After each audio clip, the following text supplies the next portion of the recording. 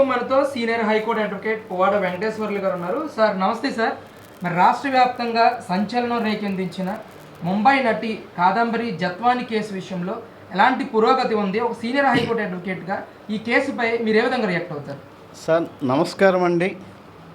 ఆంధ్రప్రదేశ్లో సంచలనం రేపుతున్నటువంటి కేసు, ఒక పోలీస్ వ్యవస్థ ఎంత అధికార పార్టీ గుప్పెట్లో, అధికార పార్టీ కనుసన్నల్లో, మరి జగన్మోహన్ రెడ్డి అనుమాయిల్లో గత పోలీస్ వ్యవస్థ ఎలా ఉంది అనుకుంటే కాదంబరి జత్వాని కేసులో చూస్తే ఒక్కసారి అర్థమవుతుంది. ఈవిడ బాధితురాలు కాదంబరి జత్వాని ఒక ప్రముఖ భారతదేశ ఇండస్ట్రియలిస్ట్ జేఎస్డబ్ల్యూ జిందాల్ తను చేత బలాత్కారానికి గురి కావాల్సి ఉందని చెప్పిన బాంబేలో పెట్టిన కేసులో ఆయన బయటపడటానికి ఏ విధంగా బయటపడే అవకాశాలు ఉన్నాయని చెప్పి జేఎస్డబ్ల్యూ జిందాల్ ప్రముఖ పారిశ్రామికవేత్త రాజకీయ నేపథ్యంలో వారికి ఆంధ్రప్రదేశ్ గుర్తుకొచ్చింది. అక్కడ కుక్కల విద్యాసాగర్ ద్వారా ఆంధ్రప్రదేశ్లో ఈ కేసును ఎలా బయటపడాలని చెప్పి ప్రయత్నం చేయటం, ఈ కుక్కల విద్యాసాగర్ వైఎస్ఆర్సీపీ పార్టీకి సంబంధించిన వ్యక్తి కావటం, ఈయన తాడేపల్లిలో జగన్మోహన్ రెడ్డి ఆధ్వర్యంలో సజ్జల రామకృష్ణారెడ్డి గారి ద్వారా ఒక సినీ పక్కీలో అక్కడ ప్రిపేర్ కావటం, స్క్రీన్ ప్లే దర్శకత్వం అన్నీ కూడా మన తాడేపల్లి ప్యాలెస్లో జరిగి ఒక అభూత కల్పన చేయటం, ఆ అభూత కల్పనలో ఒక పొరపాటుకు మరొక పొరపాటు, ఆ పొరపాటుకు మరొక పొరపాటు తప్పులు తడకగా చేసి లేని కేసు ఆవిడ మీద ఆపాదించి ఒక ఫోర్జరీ డాక్యుమెంటు, కుక్కల విద్యాసాగర్ సంబంధించిన ల్యాండ్ ఇష్యూ ఒక డాక్యుమెంటు చేసిందని చెప్పి ఆవిడ మీద కేసు పెట్టి ఆంధ్రప్రదేశ్ పోలీసులు ఆగ మేఘాల మీద బాంబే వెళ్ళి ఆవిడని తీసుకొని కొన్ని రోజుల పాటు కస్టడీలో ఉంచి దారుణమైనటువంటి తప్పుడు కేసులు పెట్టి, తప్పుడు అభియోగాలు పెట్టి, ఏదైతే ఆవిడ పెట్టిన కేసులో నుంచి ఒక పారిశ్రామికవేత్తను తప్పించే ఉద్దేశం మీద ఆంధ్రప్రదేశ్ గత ప్రభుత్వంలో గత పోలీస్ అధికారులు ఏ స్థాయికి దిగజారారు అంటే ఇప్పటికే 3 ఐపీఎస్ అధికారులను సస్పెండ్ చేయటం, ఇబ్రహీంపట్నానికి సంబంధించిన సిఐ సత్యనారాయణ గారిని, ఏసీపీ హనుమంతరావు గారిని సస్పెండ్ చేయటం, ఐపీఎస్ క్యాడర్లో ఉన్నటువంటి డీజీ, ఐజీ, ఇంటెలిజెన్స్ చీఫ్, మాజీ చీఫ్ని సస్పెండ్ చేశారంటే ఎంత దారుణమైన పరిస్థితుల్లో గత ప్రభుత్వంలో ఆంధ్రప్రదేశ్లో ప్రజలు ఉన్నారో తెలుస్తుంది. ఒక సాక్షాత్తు సొసైటీలో గౌరవ మర్యాదలు ఉండి హీరోయిన్గా ఉన్న అమ్మాయి తనకు జరిగిన అన్యాయం కోసం ముంబై కేసులో పెట్టుంటే పారిశ్రామికవేత్తను తప్పించే ఉద్దేశం మీద తనకు ఉన్నటువంటి ఐఫోన్లో ఐక్లౌడ్ ఉపయోగించి తనకు తెలియకుండా తనలో ఉన్నటువంటి ఆధారాలను రూపుమాపి ఐఫోన్ని సీజ్ చేసి తనకు తెలియకుండానే ఐక్లౌడ్లో ఉన్నటువంటి కొంత సమాచారాన్ని దొంగలించటం.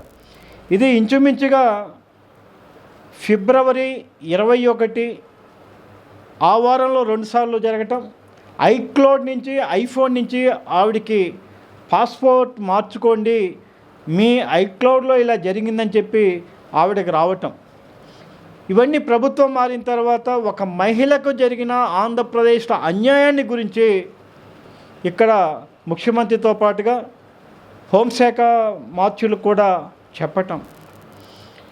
ఈవిడ ఒక మహిళ జరిగిన అన్యాయానికి గతంలో ఉన్నటువంటి హోమ్ మినిస్టర్ మహిళగా ఉండి కూడా మహిళ ప్రాధాన్యతను గుర్తించకుండా ఆంధ్రప్రదేశ్లో దిశ చట్టం ఒకటి ఉంది, మహిళలకు న్యాయం చేస్తామని చెప్పి నమ్మించినటువంటి వ్యక్తి. దిశ చట్టం కూడా లేదు.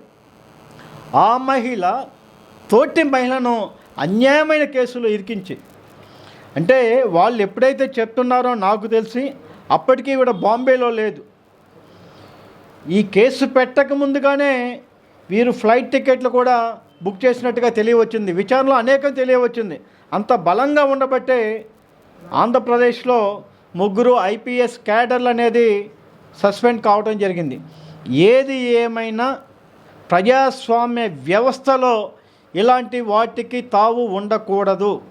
ప్రజలకి పోలీస్ డిపార్ట్మెంట్ నమ్మకం ఉండాలంటే పోలీస్ స్టేషన్లో అదే సామాన్యుడికి న్యాయం జరుగుతుందని భావిస్తే ఆ వ్యక్తి ఎంత బలమైన వ్యక్తిగానైనా బయటికి రావాల్సిందే. దానికి జిత్వానీ కేసులో, కాందావరి జిత్వానీ కేసులో ఇప్పుడు ఉన్నటువంటి ప్రభుత్వం తీసుకొని వస్తున్నటువంటి సత్యాలు, ఇప్పటికే 3 ఐపీఎస్ అధికారులని సస్పెండ్ చేయటం, మరో సిఐని సస్పెండ్ చేయటం, ఏసీపీ హనుమంతరావు గారిని సస్పెండ్ చేయటం, దీని తెర వెనుక బలీయమైనటువంటి కుట్రదారులు ఉన్నారు.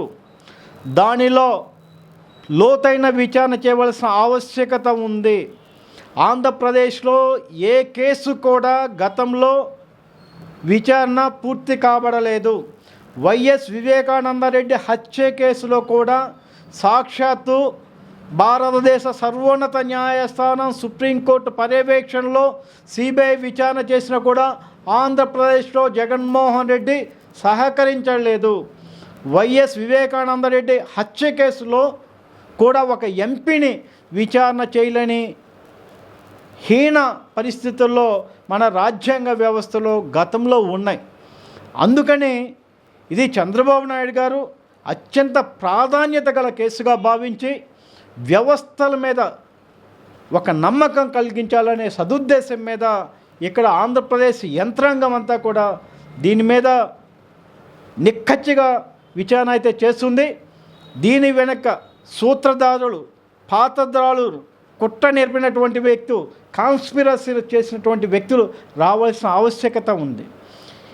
3 ఐపీఎస్ అధికారులు తన పరిధి దాటి, తన అధికారాన్ని దాటి అధికార దుర్వినియోగానికి పాల్పడ్డారంటే వాళ్ళను ప్రభావితమైనటువంటి వ్యక్తులు, లేదా వాళ్ళకు అధికారం ఇస్తామని, లేదా వాళ్ళకు ప్రమోషన్ ఇస్తామని చెప్పడం కూడా లంచం కిందే వస్తుంది, అవినీతి కిందే వస్తుంది, ప్రలోభ చేయటమే వస్తుంది.